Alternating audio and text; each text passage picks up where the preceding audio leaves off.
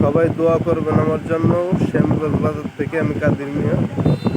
সবাই ভালো থাকবেন, সুস্থ থাকবেন, কিনবেন। সবাই বেশি বেশি করে সাপোর্ট করবেন, বুঝছেন বড় ভাইয়েরা?